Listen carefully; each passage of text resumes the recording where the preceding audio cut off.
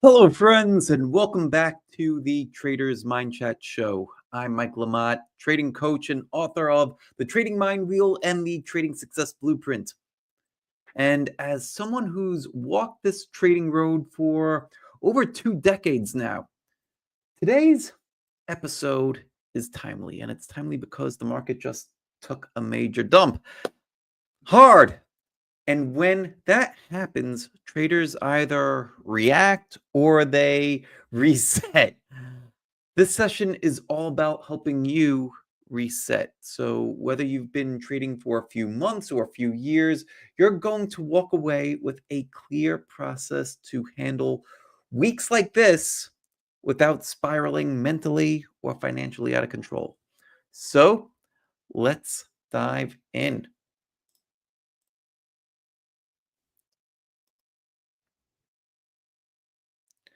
So let's get grounded in what happened. The S&P has dropped over 7% this week. The NASDAQ's down over 8%. Several top names like Tesla, Apple, Amazon, Google, you name it, it is down big this week. These kind of days don't happen very often, but when they do, they create two types of traders: those who get blindsided, and those who are already stepping back. So in the chat, let us know how you responded this week. Drop a number 1 if you were in cash. Drop a number 2 if you were exposed and you took some hits. Or number 3 if you're actively shorting or making progress on the downside. Let us know that too. Go ahead, type into the chat. Let us know how your week has been. On a side note, big down days like this can trigger all sorts of fear. Am I doing this wrong? Should I change my system?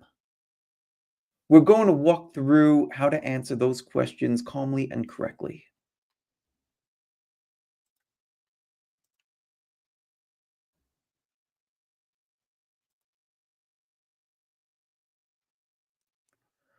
All right. So I want to share with you how I handled this week.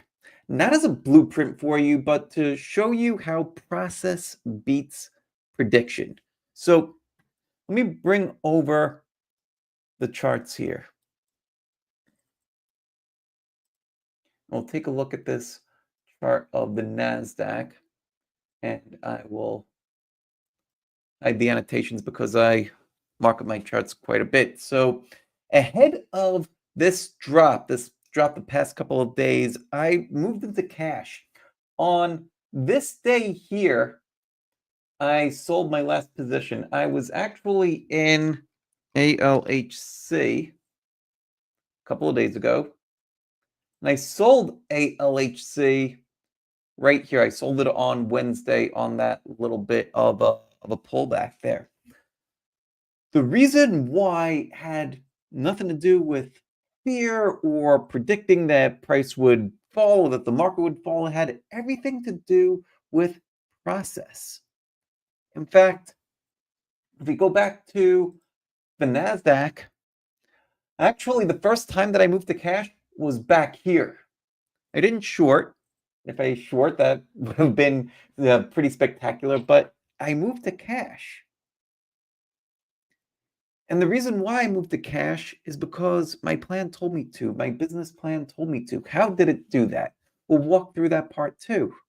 But the thing is that if stocks are not setting up for your system, whatever it is that you're looking for, if the stocks aren't there, if they're not setting up in the particular way that you want them to set up, then that's a sign to not trade.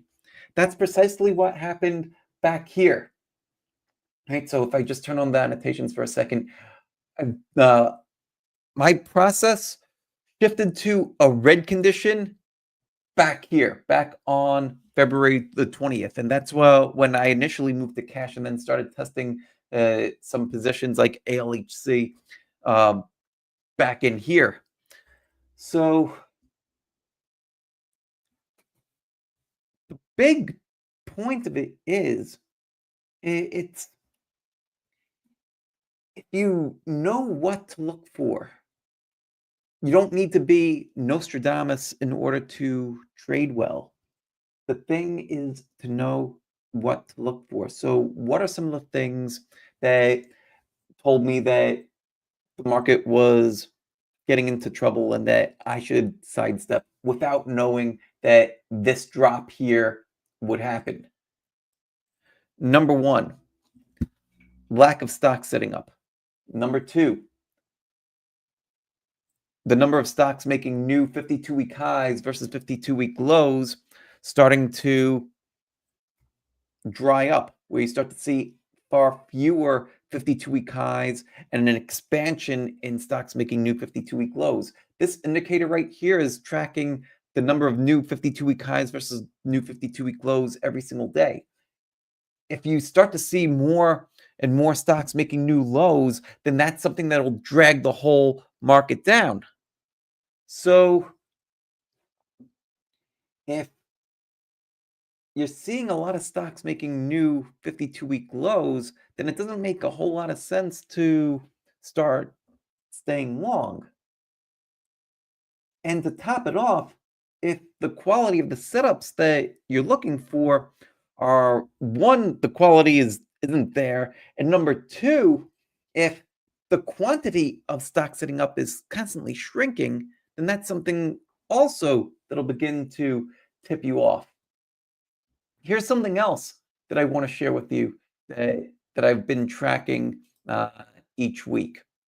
It's the number of stocks that are in stage 2 uptrends. Right? So for those of you that might be unfamiliar with what a stage 2 uptrend is, let me describe it briefly for you. A stage 2 uptrend is where you have the market that is moving up, it's trending higher, price is above the 50-day moving average and is above the 200-day moving average. And both of those moving averages are trending up also. So if we zoom out on this, you see how the price bars are above the red line and above the gray line, and all that stuff is trending higher. That's a stage 2 uptrend. That's the best time to be making money if you're trading on the long side. The other periods, when you're moving into stage 3, where the price action starts chopping around, and then stage 4, where you're in this downtrend, not a good time to be on the long side of things. I actively track that not just on the indexes, but also in the stocks that I'm trading. So here's a spreadsheet. I like to keep everything nice and neat and organized in a spreadsheet. And one of the things that I track are the number of stocks in stage 2 uptrends. And so one of the things that I noticed was that back in January, February, tail end of February, we had about 150, 200 stocks out of my close to 300 stock universe list in stage 2 uptrends. Then things abruptly start to change, right? This column right here. Notice how the numbers start to drop off rapidly towards the end of February, down to 133, then 111, then down to 58 in March. And we stay in double-digit range since. That right there is a sign that not only is the market in decline, so are the stocks that I'm interested in decline. So the pool is getting progressively smaller and shallower. Do you really want to dive into a pool where there's no water in it? That's what this is telling us. And that's why, and what helped get me into cash and where I'm at right now. Thought I saw a couple of questions and comments pop in. Cal said, is that Cal or is it Kai? I think it's Cal. Cal said, had 15 positions that exited with stops in place. Cal, that's excellent. That's exactly what you want. You want to have your stops in place. Your stops are like a seatbelt that it will protect your cash. Imagine if the stops weren't there, right? It might stink to have so many stops get hit, but if the stops aren't there, that's the thing that prevents us from having an absolute catastrophic loss. You're still in the game, which is fantastic. So the stops did their job. Um, let's see here.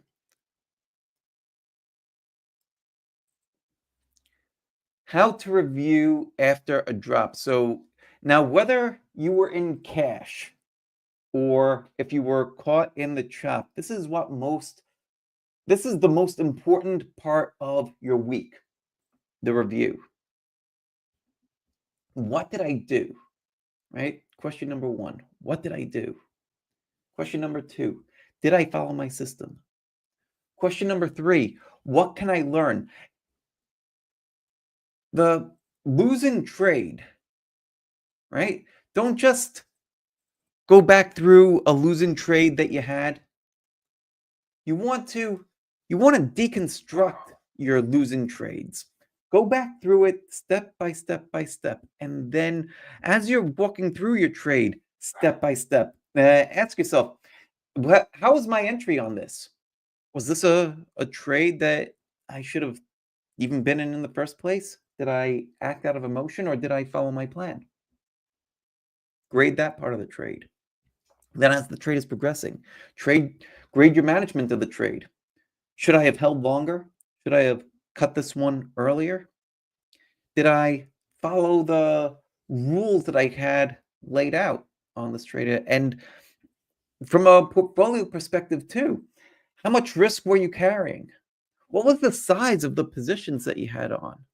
Were they appropriate? Were they appropriate given the current market condition? All questions that are worthy of digging into.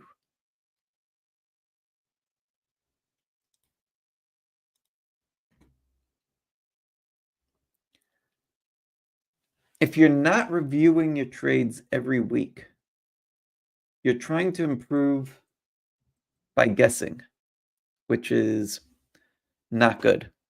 So let's talk about rebuilding your edge. Let's talk about what it actually means to rebuild your edge, because this is the part where most traders start to fall off. After a week like this, the temptation is to go into hiding, or maybe even worse, start tweaking your system without any real feedback. Tweaking your system is a wonderful thing, but you've got to have the feedback. That's what pros do. Pros, they zoom in, they take a look for patterns in their own behavior, and then they start to make the tweaks. So let me be clear. Let me be clear. Your edge is not just your setup. Your edge is how consistently and how cleanly you can execute that setup in context, right? In context, that's a very important part. So your edge, right? And grab a pen or paper if you haven't already. You're going to want to write this part down. Your edge equals clarity of rules. Are your rules crystal clear? If you handed them over to me, could I read them and execute based off of your written rules? That's how clear it should be. You should be able to hand it off to somebody else and they should be able to do what you say and that be correct. Number two, timing within the trend. Are you taking your setup at the right time? No setup is going to work 100% of the time. You need to know where in the trend your setup works. Confidence and execution. Number three. What's going to give you confidence in the execution? Is it going to be related to your setup itself? The quality of the setup? Do you have ways to measure that? Is it the story? Is it something else? What's giving you confidence in the execution part? Consistency of risk. Number 4, what kind of sizing are you using? Do you have a way to measure your position size? Do you have a way to measure the amount of risk that you're putting on per trade? There's actually a position size calculator that I have over on my website. I'll bring that up for you guys and share that on the screen real quick.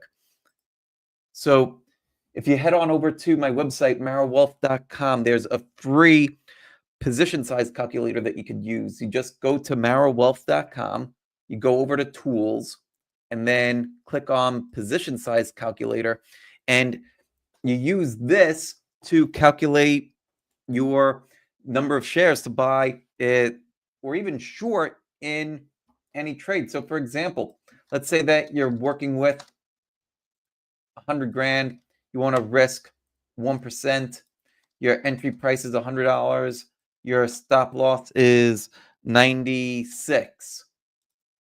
This is telling you that you could buy 250 shares.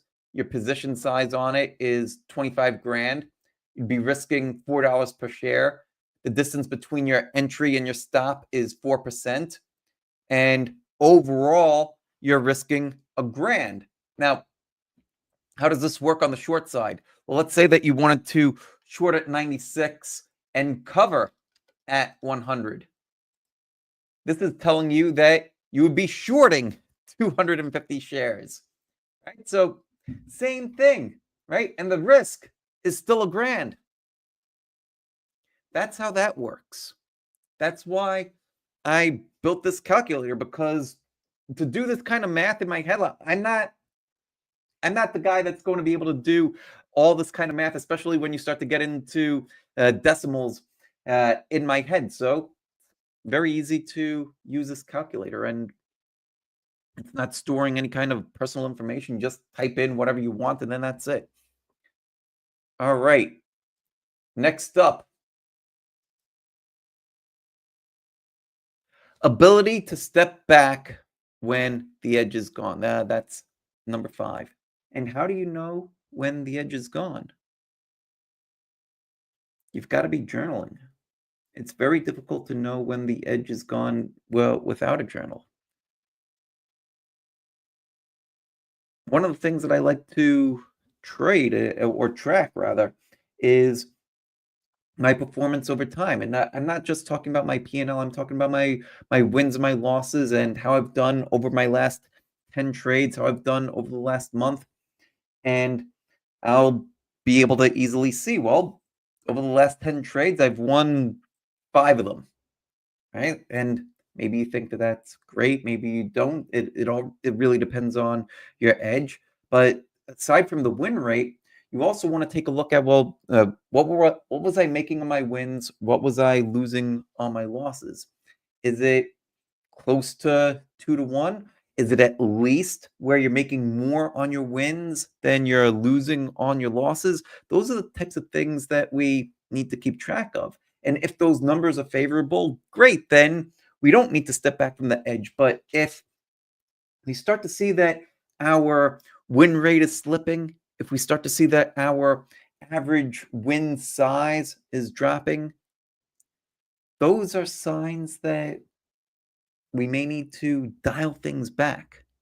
And the more that we're actively tracking what we're doing, the quicker we're able to adjust. You could have the best system in the world, but if you're entering late, oversized, or forcing trades and chop, you're still going to lose.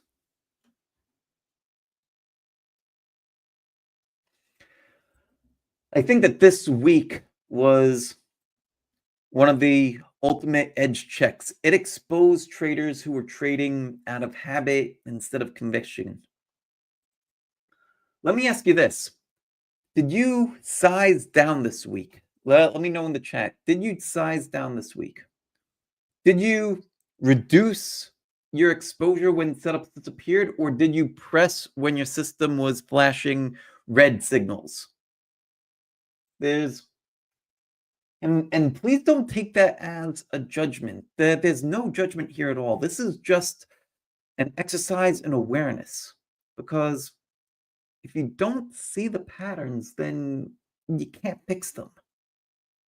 So go ahead and type into the chat. Let me know.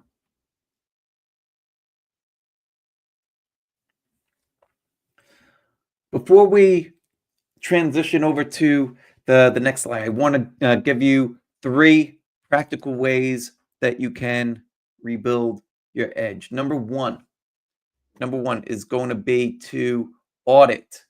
And get back over to the slide deck here. Right? We want to audit your last 10 trades. So what does that mean? Here's what it means. You're going to want to categorize each one of your last 10 trades. Grade it simply A, B, or C for the setup. Categorize them A, B, or C. Well, what was this one? A setup, B setup, C setup. Then, did you follow your entry and your exit rules on these setups? If you have rules, then it makes it pretty easy to check that box off. If you don't have rules, then it lets you know one of the things that you need to work on. And did the environment support your strategy? Do that for each of your last 10 trades. If your A+ setups are losing, that's an important market signal. It's actually one of the key important market signals that I talk about with members in our research program and also in our accelerator. I have this little piece of paper here that I share with our members all the time. That this also shows up in the Trading Mind Wheel book and in the Trading Success Blueprint because it's so important. One of the things that I look at to gauge where the market's at is personal performance. And where these 3 intersect, personal performance, the general market, and your system, think of that as your setups. Where those 3 intersect, that's going to tell us how heavy or light we should be. If your A+ setups are losing, then that's a sign that, hey, probably want to be easing off the gas here. Maybe lock in profits a little bit quicker. That's one of the things that got me to lock in all the profits on ALHC and now move into cash. If your C setups are the problem, then that's really more of a discipline issue, because if you're being honest with yourself and you see that you're taking a whole bunch of C-level trades, then you want to correct that, because you're never going to win long-term in trading if you're busy taking C-level setups. Another analogy that I like to use quite often is the Ted Williams approach, right? I don't think I still have the graphic. Let me see if I still have the image over here, and if I can find it, I'll share it with you. But basically, Ted Williams was a Hall of Fame hitter, Hall of Fame baseball player.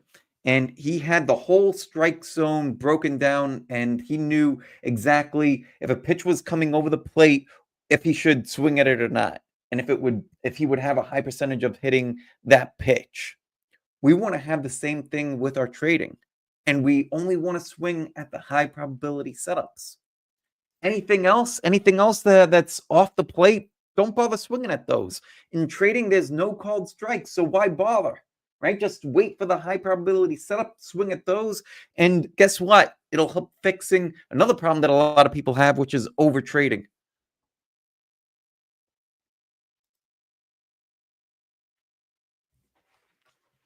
All right, number 2, journal your emotional states. What was your mindset before, during, and after the trades? Did fear or FOMO drive any of your decision-making process? Were you trading because you had a signal or because you felt like you should be doing something? Right? How often does that happen? There's plenty of times where I felt that pressure too, where sitting, looking at social media, seeing other people place trades, talking about their wins, looking at what I'm doing, sitting in cash, waiting. It's a big temptation there.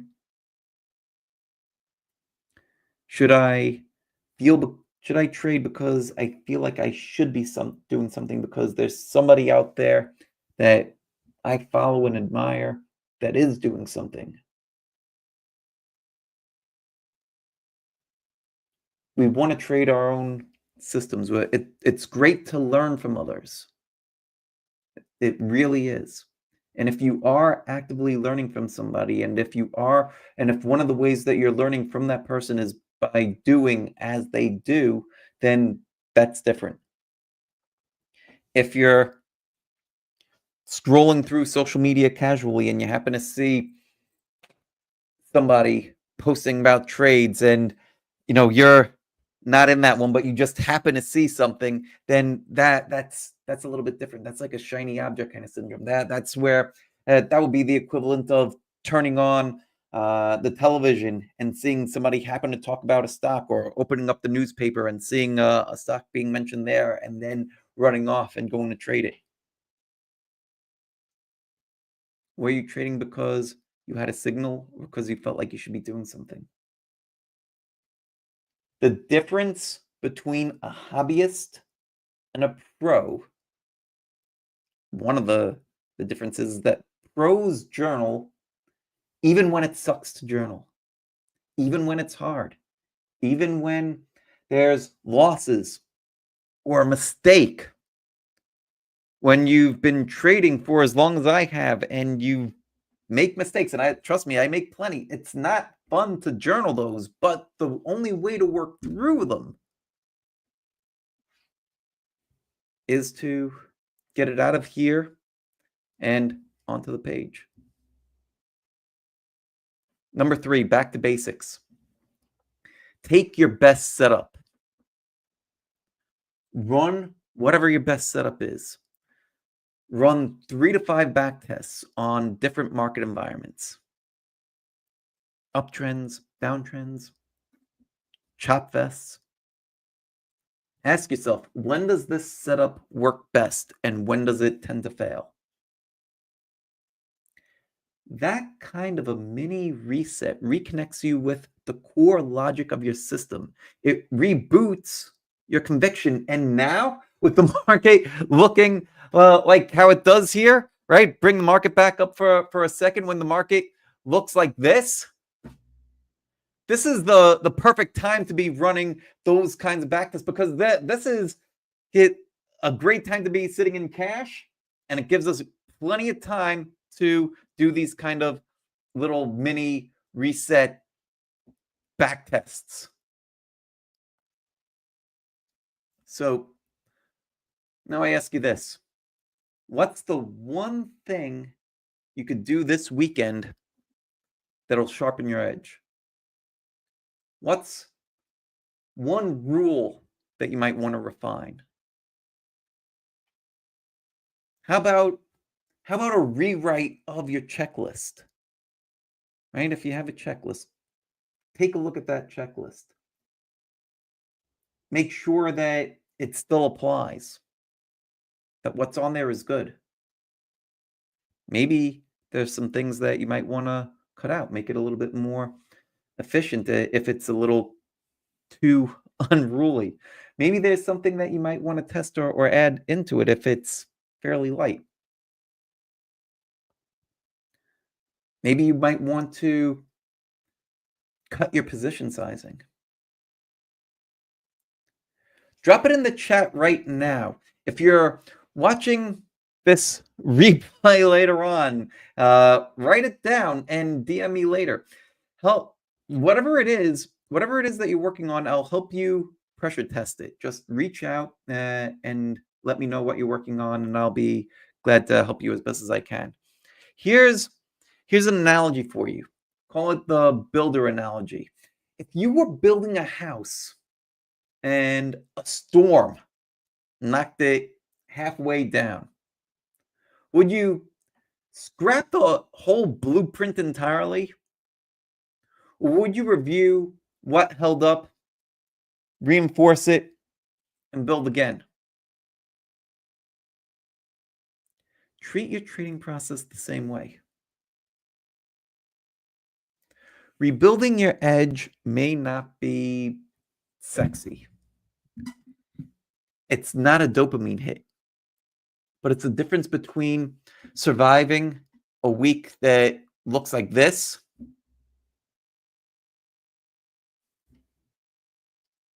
and growing from it. So don't skip this part. Do not skip this part.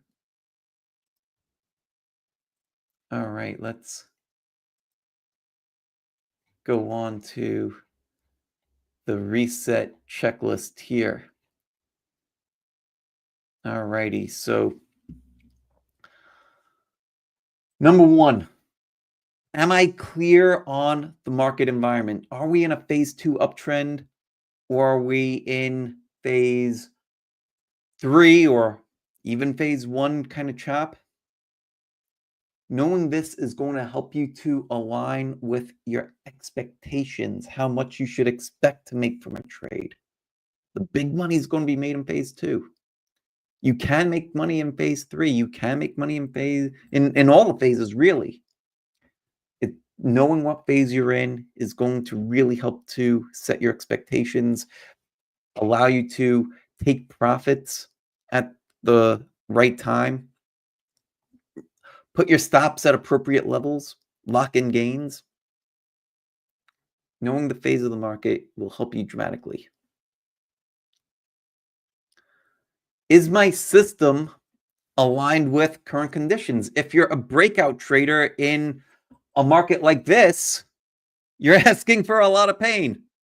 Probably better to sit in cash rather than taking that cup with handle breakout, even if it looks, pretty good, right? No, it's got to be absolutely outstanding in order to take the trade in this kind of environment.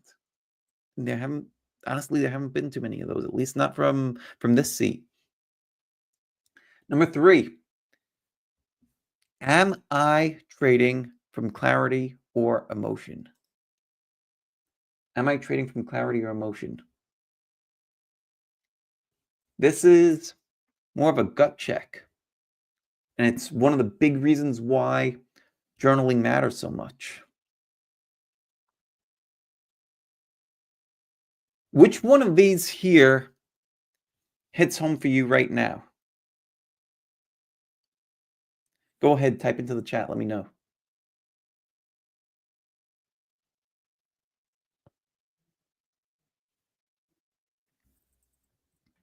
See a couple of questions popping into the chat. We'll answer all the questions at the end. We've got, we're almost there.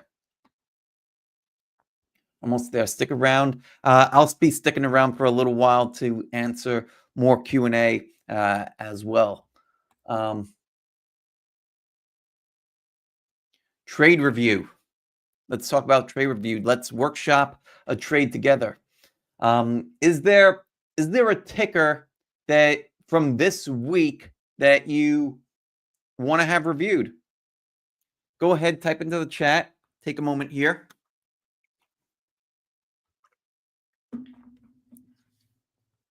Share one of your own trades, ideally something recent.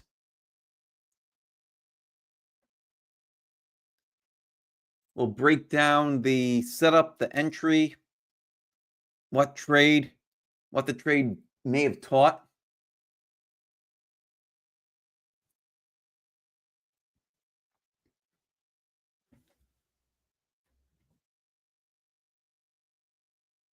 There've been a lot of trades recently. Here, I could walk you. I'll start off with this trade in ALHC. This is the trade that I took I took this trade back on March 18th, Tuesday, March 18th, as it was breaking out right here. What I saw was this stock setting up in a VCP. Let me turn off my annotation so that way it makes things a little bit cleaner. So, and zoom out a little bit.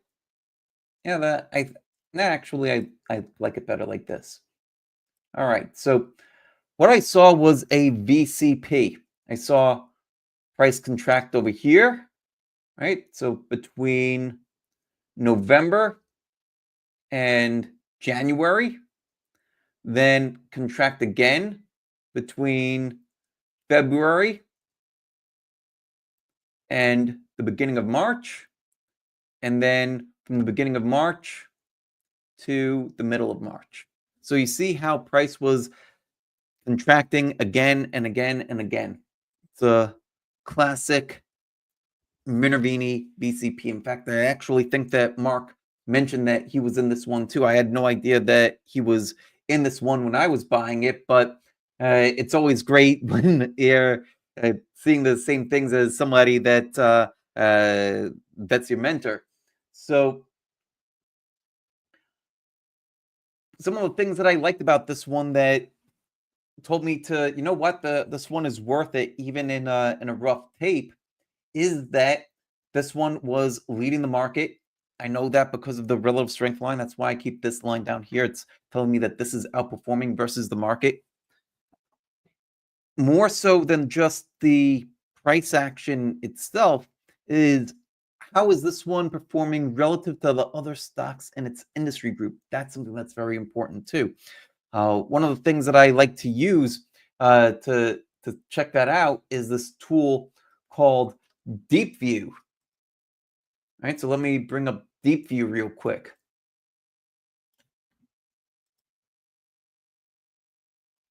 So with Deep View, pull up ALHC.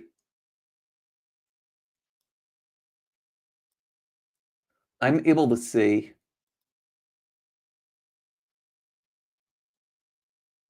not just which industry group rank this one is. Right now, it's ranked 42. When I bought it, it was higher up. One of the things that I'm able to see with this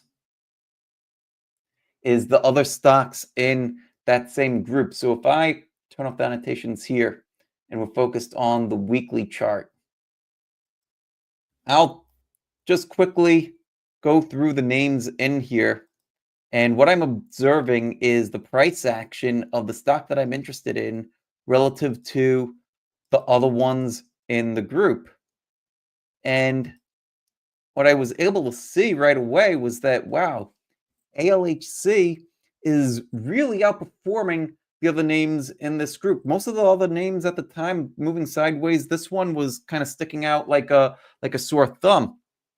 Not only that, the volume was fantastic. A lot of the big volume was to the upside. So all those things combined are what influenced me to buy the stock. Now, I didn't know that this one was going to be a winner. I didn't know that this one was going to give me a quick 12% gain, 11% gain on this one. But it did. And at this time, that was about twice what I risked. That's a winning system. You win half the time. You make $2 for every $1 that you risk. You play that game all day. That's the idea. So why did I exit on this day here? It looks like price is still holding up. The reason why I exited on this day was because price had flashed 7 danger signals on that day. Let me show you.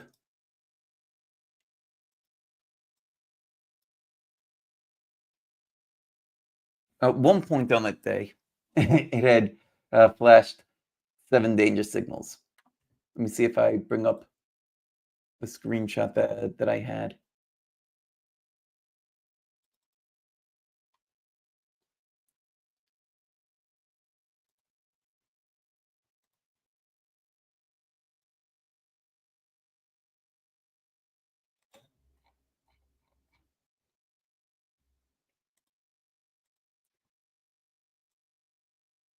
Here we go. This is what it actually looked like. Well, when the day before I had sold it, as it was topping out, 7 danger signals. So when a stock has this many quote unquote danger signals, things that are telling me that price is weakening, the momentum is starting to fade, I make an assessment of, well, should I continue to hold this name? What should I do? Should I exit outright? Should I raise my stop? And my rules told me that I need to raise my stop and basically choke off the trade. So I raised my stop to $17.90. Part of the reason for that is because of the danger signals, but it's also the danger signals in relation to major significant resistance. You have that dotted line right there. That's the prior high from August of 2022. I'll go back over to the other chart now and show you what this looks like on the weekly time frame here. So here's the resistance, right over here. And that's where price is getting to right now. So price is approaching that level. It doesn't mean that it can't get through, but if I'm looking at where I'm at in the trade and where my stop was previously, plus the market environment, the reward to risk ratio starts to get skewed. And if I need to risk my gains, so at that point I'm up about twice what I've risked. If I need to make risk twice what I've risked to make just about half an hour more, I actually end up risking 4 times as much as what I'm looking to make. And that's where things get wonky. Right? So just to walk through that one more time, in case it wasn't quite clear. The distance between where I exited and where I was looking to exit, 5%. My original stop at break even was 10%. So I'm risking if I left that alone, my reward to risk ratio would have been inverted. I would have been risking more to make less. That's why I raise a stop quickly, and that's how the reward to risk ratio remains intact. But there were other things in there, right? It wasn't just about reward to risk. It was also weighing the odds of what I had in my hand. Hopefully that makes sense. Please ask questions. All right, let's talk about the action plan for the week ahead. So let's zoom out. Think about what's the move heading into next week. What I'm planning to do for next week is simple.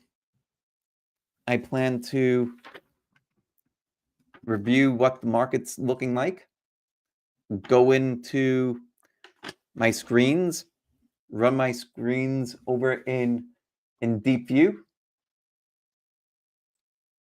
all the screens that I have laid out here.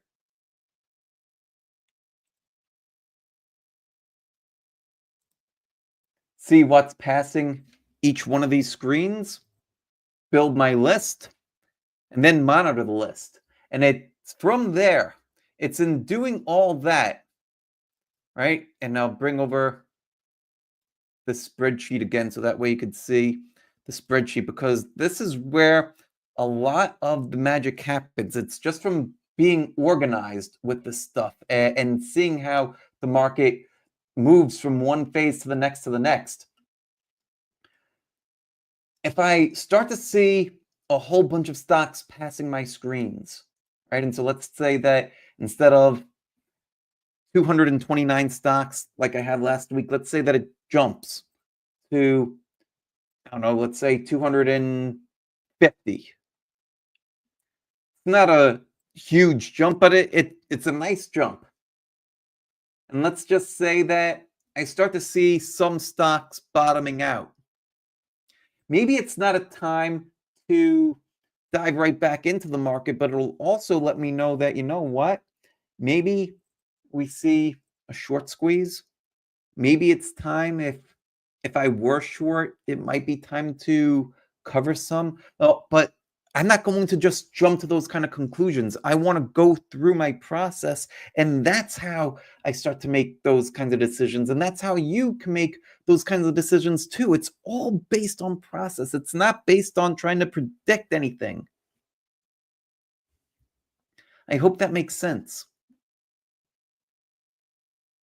So this weekend, take 30 minutes to review your trades. Take 30 minutes to review your trades, your stats, your mental game. You don't need to do everything. You just need to do the next right thing.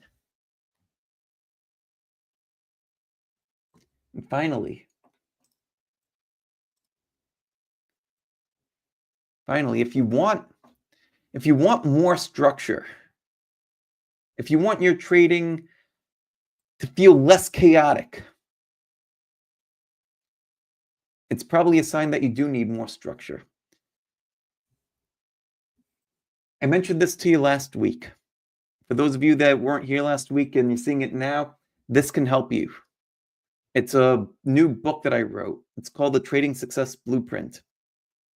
It covers your trading philosophy, your goals, your strategy, your risk. It helps you to take those parts of your trading that are in your mind and get them out onto the page, and helps you write an actual business plan for your trading. And you don't need to be an MBA or a business grad or even a business owner to have those things to write your business plan for your trading. But that's what this book is going to help you do. It's going to help you give structure to your edge. This is the same structure I use to go from hobbyist to full-time trader. It's what my students use. And if you're ready to build a real edge, then this is what you need. So go to marwealth.com/blueprint and get yourself a copy of this. I will drop a link into the chat. marwealth.com/blueprint.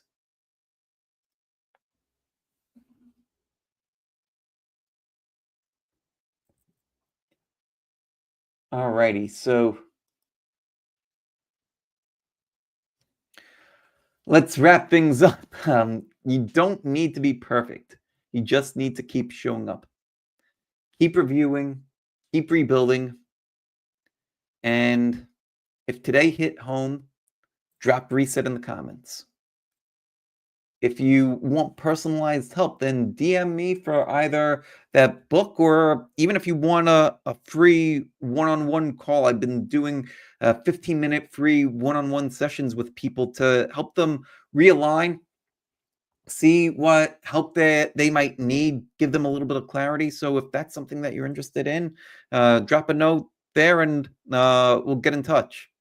And next week, we'll see what next week brings us. But until then, be safe, stay sharp, and much love. And if you have any final thoughts or questions for me, I'll be happy to stick around for a moment or two and answer those.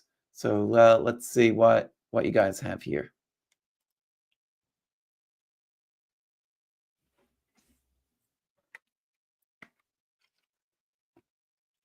I see a lot of people on this stream today. A lot of people watching over on X, on YouTube, over on Twitch.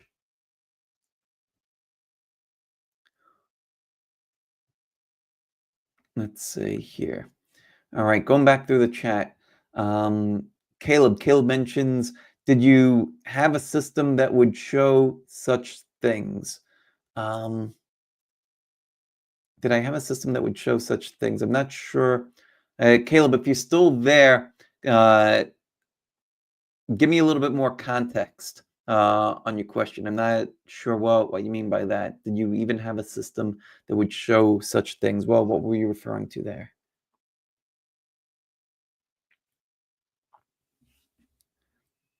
Cal had mentioned when we lost the 200-day moving average on the indexes, that was a sign of a downtrend. Yeah, yes, indeed. Here it is again, right back here. Right, this is where the NASDAQ lost the 200-day moving average, and it hasn't recovered since. That happened on March 3rd. Thank you, Caleb. Let's see. I was saying, maybe said person is not even. Well, let me pull this up here. I was saying maybe said person is not even at the point where they have a system, just trying. If you're somebody that doesn't have a system and you're just kind of dabbling in the market, I think that if you can still be intentional even when you're dabbling and trying to get your feet wet. How can you be intentional if you're just kind of dabbling and throwing things around? Number one is to use an amount of money that if you were to lose the whole thing, it's not going to hurt you. But I would say that you do want to have some sort of a foundation of why you're making the decisions that you're making, because if you don't, then how could you possibly hope to improve? And if that's where you're at, if you're just trying to put a trade on over here and put a trade on over there, then now, if that's you, please let me know if somebody out there that's watching this, if you're in this boat. I would imagine that there might be a couple of people since the show is continuing to grow, but for the most part, I think that our audience is more of people that are a little bit beyond that part and are taking trading a bit more seriously, where they want to move out of the hobbyist role and into the more of the business role, where you have a full plan and you know what to do and how and why, and in every scenario, and how much to risk, what your expectancy should be after you take 100 trades, things like that.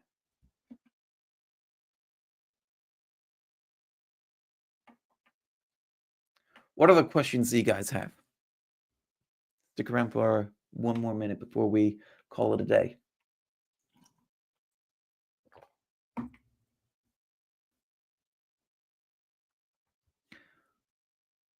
Once again, if you did not get the trading success blueprint yet, there's the website, marrowwealth.com/blueprint. Go get yourself a copy. I've had some really fantastic reviews of it already. Last year's second place winner, I believe Christian Flanders came in second place last year in the U.S. Investing Championship. He read it, said it was fabulous. Got some other fantastic reviews from people. Pat Walker said that he loved it. Sunrise Trader said great things about it. Bobby Campo said great things about it. A lot of people are saying really great things about this book. So it's concise. It's meant to be a workbook. It's meant to help you move from hobbyist to having an actual trading business that will put more money in your pocket. Whereas if you're a hobbyist, trading tends to be something that costs you money. So pick yourself up a copy of the Trading Success Blueprint and that's about it for today. So I hope that you enjoyed this. Drop comments, let me know, and until next time, have a wonderful rest of your day. Take care, much love, and God bless. Hey, thanks so much for sticking around to the end. If you're new here, hit the subscribe button down below and become a part of the Mara Wealth community. And make sure that you check out some of the other videos on the channel. They're exactly what you need to see. And leave a comment down below. I read all of them. Leave a comment.